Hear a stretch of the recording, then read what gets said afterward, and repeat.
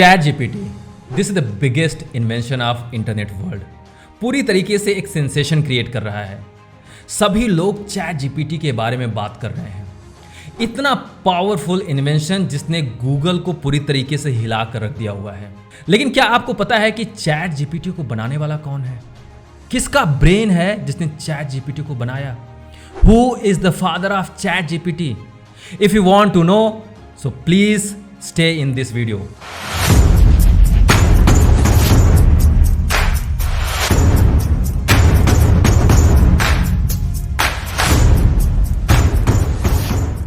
आई button पे click करो, इस वीडियो को पूरा देखो। इस वीडियो में मैंने आपको बताया हुआ है कि चैट जीपीटी क्या है, कैसे काम करता है, कितना पावरफुल टूल है। बट आज की वीडियो में मैं बात करूंगा चैट जीपीटी के फादर की। Who is the father of chat GPT? The name is Ilya Sutskever. Currently, Ilya Sutskever is the co-founder and chief research scientist of OpenAI. OpenAI is the company who is the parent company of the ChatGPT. OpenAI एक ऐसी company found की गई जो केवल artificial intelligence, machine learning and deep learning के ऊपर काम करेगी। जिस टाइम पे ये कंपनी फाउंड की जा रही थी, उस टाइम पे डिसीजन लिया गया कि आर्टिफिशियल इंटेलिजेंस का इस्तेमाल केवल और केवल ह्यूमैनिटी को एनहांस करने के लिए होगा, ह्यूमन लाइफ को अपग्रेड करने के लिए होगा। इल्या सुत्स्केवर का जन्म 1984 में सोवियत यूनियन कंट्री के गोर्की सिटी में होता है। जन्म के कुछ दिनों के बाद ये पूरी फैमिली इजराइल में शिफ्ट हो जाती है, माइग्रेट कर जाती है। इजराइल में इनकी स्कूलिंग होती है। ओपन यूनिवर्सिटी ऑफ इजराइल से इन्होंने 2002 में अपनी स्कूलिंग कंप्लीट कर दी। 2002 में अपनी पूरी फैमिली के साथ एक बार फिर ये कनाडा शिफ्ट हो जाते हैं। शुरुआत से ही इल्या सुत्स्केवर को मैथमेटिक्स में और कंप्यूटर में बहुत इंटरेस्ट था और उस टाइम पे आर्टिफिशियल इंटेलिजेंस, मशीन लर्निंग और डीप लर्निंग की थोड़ी थोड़ी बातें हो रही थी। इल्या सुत्स्केवर का शुरू से ही मन था कि कुछ बड़ा करना है, ह्यूमैनिटी के लिए कुछ बड़ा करना है। 2002 में इन्होंने यूनिवर्सिटी ऑफ टोरंटो में अपना एनरोलमेंट करा लिया। जब ये पढ़ाई कर रहे थे अंडर ग्रेजुएशन की, तो इनको पता चला कि एक पर्सन है जिसका नाम है Geoffrey Hinton, British Canadian researcher and scientist, जो इन सारे आर्टिफिशियल इंटेलिजेंस के ऊपर काम कर रहा था। Geoffrey Hinton artificial neural network के ऊपर काम कर रहे थे। उनके मन में भी कुछ ऐसा बड़ा करना था, इनका रिसर्च चल रहा था। जेफरी हिंटन के बारे में इल्या सुत्स्केवर को पता चला। Because of interest, because of curiosity, ये जेफरी हिंटन के लैब में पहुंच गए। इल्या ने अपनी बात कही कि मैं आपके साथ काम करना चाहता हूं। पता है जेफरी हिंटन ने क्या रिप्लाई दिया? बोले, please come again after taking the appointment. Appointment लेकर मेरे पास दोबारा आओ। उस टाइम पे इल्या सुत्स्केवर ने कहा, व्हाई नॉट नाउ? अभी क्यों नहीं? और इस बात से जेफरी हिंटन पूरी तरीके से हिल गए। उनके ये बात तो समझ में आ गई कि इस लड़के के अंदर कुछ भूख है। तो उन्होंने टाइम दे दिया और बातों में पता चला कि Ilya Sutskever is having the greatest person, he is having the genius mind. Geoffrey Hinton को ये बात समझ में आ गई। उन्होंने इल्या को 2 रिसर्च पेपर दिया। दोनों रिसर्च पेपर लेकर इल्या सुत्स्केवर अपने घर पे आ गए और एक हफ्ते के बाद फिर से वो जेफरी हिंटन के लैब पे जाते हैं और वहाँ पे ये कहते हैं जेफरी हिंटन से, I was not able to understand these 2 research papers. मैं आपके इस रिसर्च पेपर को समझ नहीं पाया। जेफरी हिंटन कहते हैं, व्हाई नॉट? क्यों नहीं समझ पाए? So the answer given by Ilya Sutskever was कि आपने जो रिसर्च किया हुआ है उसमें एक न्यूरल नेटवर्क एक प्रॉब्लम को सॉल्व कर रहा है, दूसरी प्रॉब्लम आएगी तो दूसरा न्यूरल नेटवर्क बनाना पड़ेगा। For your information, neural network machine का एक ब्रेन है जिसको ट्रेन किया जाता है किसी पर्टिकुलर प्रॉब्लम को सॉल्व करने के लिए। चैट जीपीटी इसी मॉडल पे काम कर रहा है। जेफरी हिंटन को ये बात समझ में आ गई। क्या बात समझ में आई? कि जो रिसर्च पेपर के कंक्लूजन पे इल्या सुत्स्केवर केवल एक हफ्ते के अंदर पहुंच गया, बड़े बड़े रिसर्चर्स इस कंक्लूजन पे पहुंचने के लिए सालों लगा देते हैं। जेफरी हिंटन को इल्या सुत्स्केवर के ब्रेन पावर के बारे में समझ में आ गया और उन्होंने उसी टाइम पे अलाउ कर दिया कि Ilya Sutskever can come to the research lab of Geoffrey Hinton और जेफरी हिंटन के साथ इल्या सुस्केवर मिलकर काम कर सकते हैं। तो यहाँ से इल्या सुस्केवर की जो रिसर्च का काम था शुरू हो गया। 2005 में इल्या सुस्केवर का बीएससी कंप्लीट होता है मैथमेटिक्स से। 2007 में उन्होंने एमएससी कंप्लीट किया और इसी दौरान जेफरी हिंटन के साथ ये आर्टिफिशियल न्यूरल नेटवर्क के ऊपर काम करते रहे, आर्टिफिशियल इंटेलिजेंस के ऊपर रिसर्च करते रहे। 2012 में इल्या सुस्केवर ने जेफरी हिंटन के गाइडेंस में अपना पीएचडी कंप्यूटर साइंस में कंप्लीट किया। और जब ये पीएचडी कर रहे थे उसी दौरान 2011 में ये लंदन चले गए और वहाँ पे एक स्टार्टअप कंपनी थी जो ऑलरेडी आर्टिफिशियल इंटेलिजेंस के ऊपर काम कर रही थी, जिसका नाम है डीप माइंड। डीप माइंड के जो को फाउंडर्स थे डेमिस एंड शेन। डेमिस और शेन के साथ ये मिलकर बात करने लगे और डीप माइंड AGI के ऊपर काम कर रहा था। AGI मतलब आर्टिफिशियल जनरल इंटेलिजेंस। जब इल्या सुस्केवर ने डीप माइंड के को फाउंडर से बात किया तो उस पर्टिकुलर मोमेंट पे 2011 में इल्या सुस्केवर को उनकी बात समझ में नहीं आई। उनको ऐसा लगा कि जो डीप माइंड आर्टिफिशियल इंटेलिजेंस के ऊपर काम कर रहा है वो कहीं ना कहीं आउट ऑफ ट्रैक हो रहा है। फिर वहाँ से वो डायरेक्टली चले आए कनाडा दोबारा और जेफरी हिंटन के साथ मिलकर काम करने लगे। जेफरी हिंटन, इल्या सुस्केवर और जेफरी हिंटन का एक और स्टूडेंट जिसका नाम था एलेक्स, इन तीनों ने मिलकर एक कंपनी बनाई जिसका नाम था DNN research. DNN research it means deep neural network research. ये कंपनी तो बना दिया। अब इस कंपनी में काम करने के लिए इनको पैसा भी चाहिए था। सो जेफरी हिंटन ने डिसाइड किया कि हमें मिलकर इस कंपनी का ऑक्शन करना चाहिए। फिर क्योंकि जेफरी हिंटन का नाम था, इल्या सुस्केवर भी इस रिसर्च पे काम कर रहे थे, तो ऑक्शन के लिए बड़ी बड़ी कंपनी आई, गूगल, माइक्रोसॉफ्ट, इवन दो डीप माइंड भी आई इस ऑक्शन में, और एक कंपनी थी बाइडू। इन 4 कंपनी ने इस ऑक्शन में पार्टिसिपेट किया। शुरू में डीप माइंड निकल गई, माइक्रोसॉफ्ट निकल गई, बचा क्या, बाइडू और गूगल। फिर गूगल ने बड़ा वैल्यू दिया, दैट वाज $44 मिलियन। $44 मिलियन में DNN रिसर्च कंपनी को गूगल ने बाई कर लिया। और फिर उसके बाद जो पैसा मिला $44 मिलियन, सो इन तीनों में उसको बांटा गया। डू यू नो, एलेक्स और इल्या सुस्केवर ने 40% ऑफ द टोटल मनी वो जेफरी हिंटन को देने का डिसीजन लिया।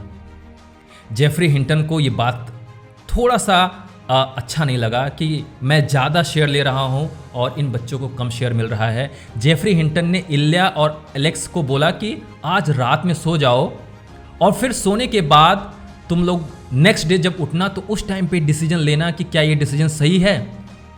नेक्स्ट डे इल्या और एलेक्स फिर से उसी डिसीजन पे कायम रखते हैं अपने आप को और वो बोलते हैं कि नहीं, 40% जो अमाउंट मिला हुआ है उस पे आपका अधिकार है।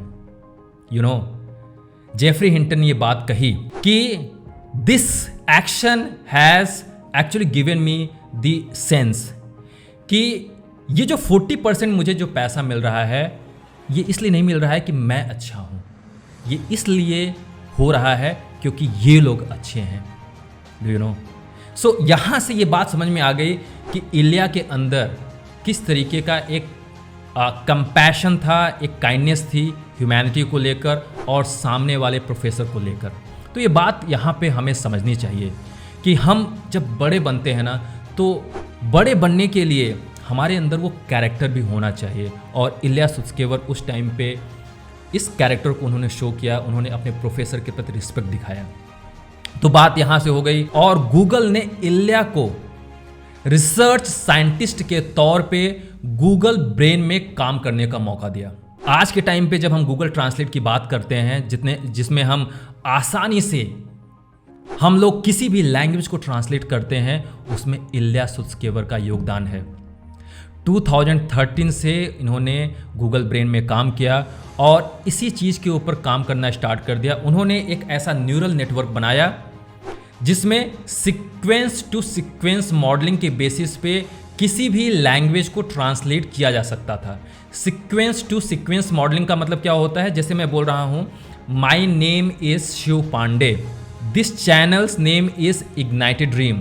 तो यहाँ पे क्या हो रहा है, word to word sequence to sequence जो न्यूरल नेटवर्क है उसको कैच करेगा और जो आउटपुट आएगा सीक्वेंस टू सीक्वेंस में ही वो नेचुरल लैंग्वेज में आउटपुट भी देगा।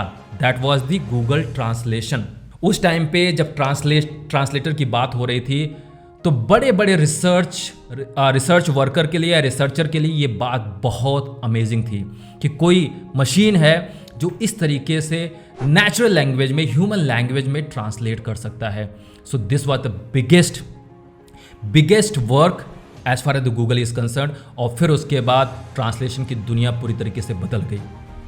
गूगल ट्रांसलेट ने हमारे लाइफ में भी काफ़ी सारे चेंजेस लाए। हमारे लिए किसी भी लैंग्वेज को ट्रांसलेट करना आसान हो गया और इसमें इल्या सुत्स्केवर का ही योगदान है। कि 2011 में इल्या सुत्स्केवर को डीप माइंड के कॉन्सेप्ट में कोई इंटरेस्ट नज़र नहीं आया। उनको लग रहा था कि ये लोग आउट ऑफ ट्रैक हैं। लेकिन 2015 के एंड में इल्या सुत्स्केवर को डीप माइंड के उसी कॉन्सेप्ट में कुछ पोटेंशियल नज़र आने लगा।